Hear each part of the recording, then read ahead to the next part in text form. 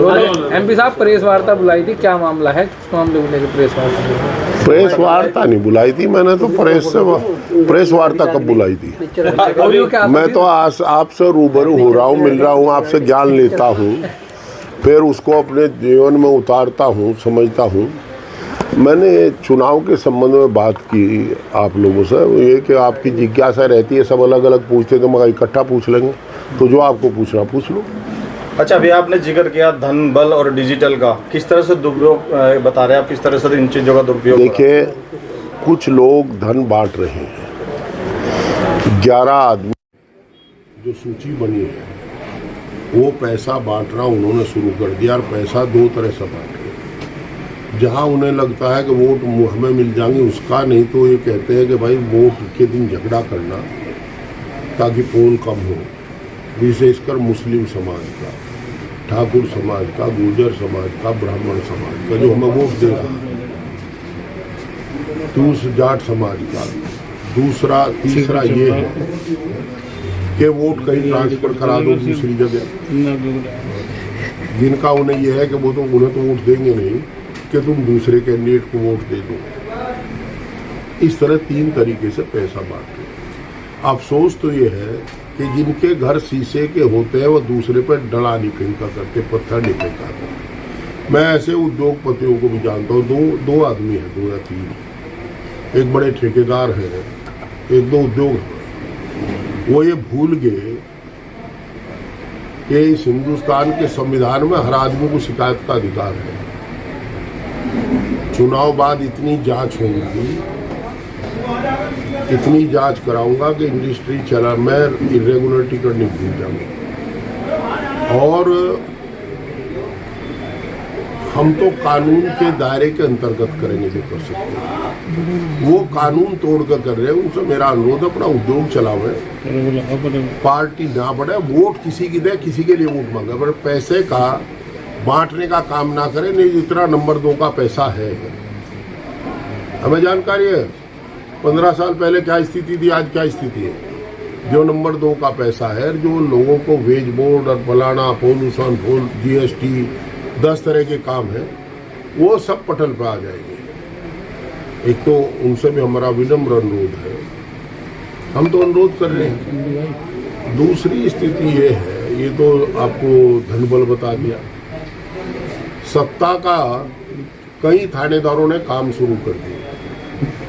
सामान्य प्रशासन की अभी कोई शिकायत नहीं है। कई थानेदार बुला करके लोगों को धमका रहे हैं, डांट रहे हैं, और डांट करके उनसे वोट प्रभावित कराने का काम कर रहे हैं। अभी से हम समय है नहीं, बात कर नहीं सकते अधिकारियों से, तो आपका माध्यम चुनते हैं। पता अधिकारियों को भी है, ऐसे भी दरोगा है जिनका कार्यकाल पूरा हो गया, 19 में भी लठ बजा, 22 में भी लठ बजा, फिर उनकी तैनाती उसी स्थान पर है। पर अब कल लठ बजा थोड़ा नहीं बजने का, ज़्यादा बजाना पड़ेगा इन्हें। मारेंगे लोगों को, मार दो। और पर हमारा वर्कर हटाया नहीं हटेगा। हम लड़ नहीं सकते, पर जुर्म झेल सकते हैं। बैठ जाके सड़क पर मारो, क्या मजबूरी है पर जिला प्रशासन क्यों नहीं हटा रहे उन्हें, क्यों आयोग नहीं हटा रहा उन्हें अधिकारी कर्मचारी, क्यों? अगर हम तो चाहते हैं कि हमारे दोनों जो शीर्ष अधिकारी हैं, DM और SSP, अभी इन पर कोई आरोप व्यक्तिगत नहीं है। SSP नहीं है, DM ने भी अब तक कोई ऐसा पक्षपातपूर्ण काम नहीं किया। पर यह भी एक पक्षपात है कि अगर सबॉर्डिनेट ऐब कर रहे हैं और वो उन्हें देख रहे हैं हंस करके, तो क्या मतलब इस बात से? हम अपेक्षा करेंगे कि SSP और DM दोनों इन्हें बुला करके टाइट करें अपने अधीनस्थ को, कि वो ना काहू से दोस्ती ना काहू से बैर। अच्छा मलिक साहब, एक बयान आपका चल रहा है सोशल मीडिया पर, राम मंदिर को लेकर, हाँ, उस पर क्या कहते हैं? राम मंदिर का भाई आप वो बयान देख लो, वो डिजिटल वाला वही बता रहा हूँ आपको। हमें कहा गया, हमने कहा कि बेजा इस्तेमाल करते हैं धर्म का भी। उन्होंने कहा जी राम तो इन्होंने हमारे तो खोस लिया। उसमें मैंने कहा कि खोस लिया, फिर राम कहा जाएगा, जन जन में राम, कण कण में राम। प्रभु श्री राम सबके हैं, मेरे भी हैं, आपके भी हैं, इनके भी हैं, उनके भी हैं। जो निर्जीव है उसमें तो राम है नहीं, जो सजीव है उसमें सब में श्री राम है। और मुझे आपको ये सर्टिफिकेट देने की जरूरत नहीं किसी को कि हम हिंदू हैं कि मुसलमान हैं। जो हम हैं वो है। और ये अगर इन्होंने ये साबित कर दे कि मैंने मंदिर का या मस्जिद का वहाँ जिक्र किया है, मंदिर का जिक्र आ कि ये हमारी भावनाओं को ठेस पहुंची है, अपूर्ण मंदिर में प्राण प्रतिष्ठा की गई, ये आज भी कह रहा हूँ, किसी भी अपूर्ण मंदिर में ऐसा नहीं होता। और जो धार्मिक क्रियाएं होती है वो धर्म गुरुओं के द्वारा होती है, वो राजनेताओं के द्वारा नहीं होती। तो यहाँ राजनेताओं के द्वारा भी प्रसाद उस दिन उसकी चर्चा नहीं थी, तो हमें वो पीड़ा है। धर्म गुरुओं का अपमान भी हमारा अपमान है। चारों शंकराचार्य नहीं आए। और जहाँ तक राम की बात है, तो मैं आपको बड़ा साफ बताऊँ, हमने मंदिर मस्जिद का कोई जिक्र नहीं हुआ, ना मस्जिद की कोई बात है, और ना इस हिंदुस्तान में जिक्र आज की तारीख को मंदिर मस्जिद का।